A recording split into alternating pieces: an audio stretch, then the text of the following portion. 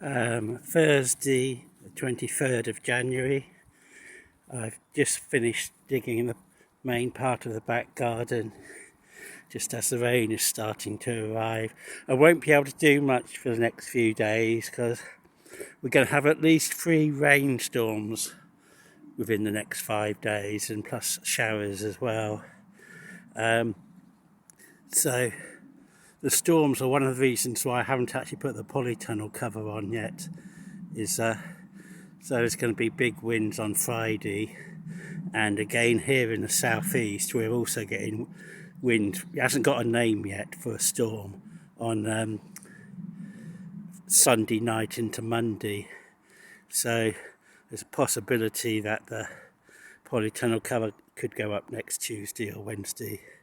So as I've finished here, I've basically got a trench which suitable for planting peas in, so I might do that.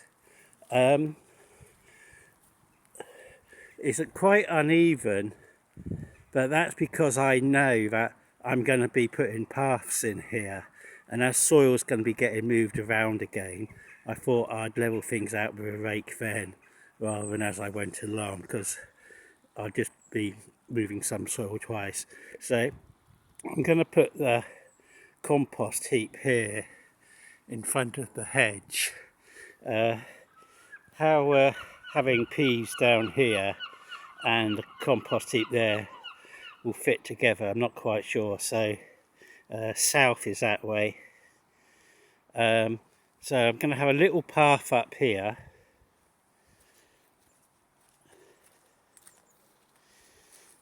and then a path down here.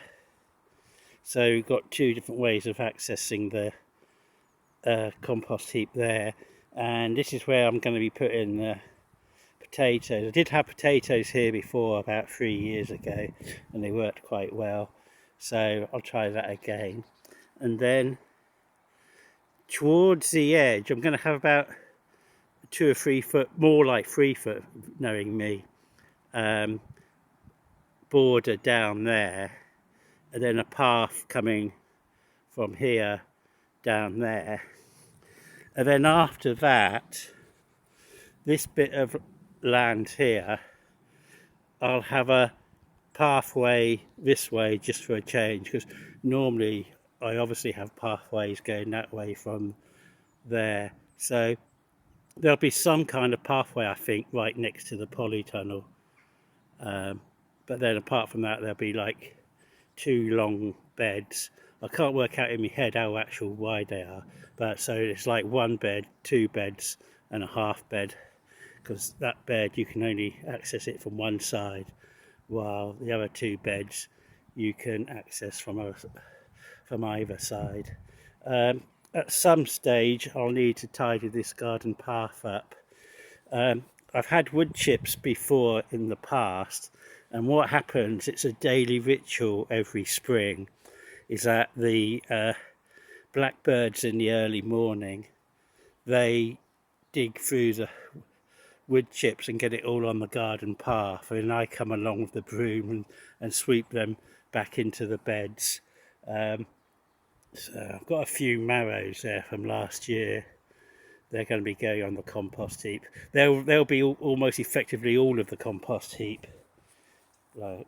So that is my non-offensive grass, but it wasn't so non-offensive that I didn't actually dig it in.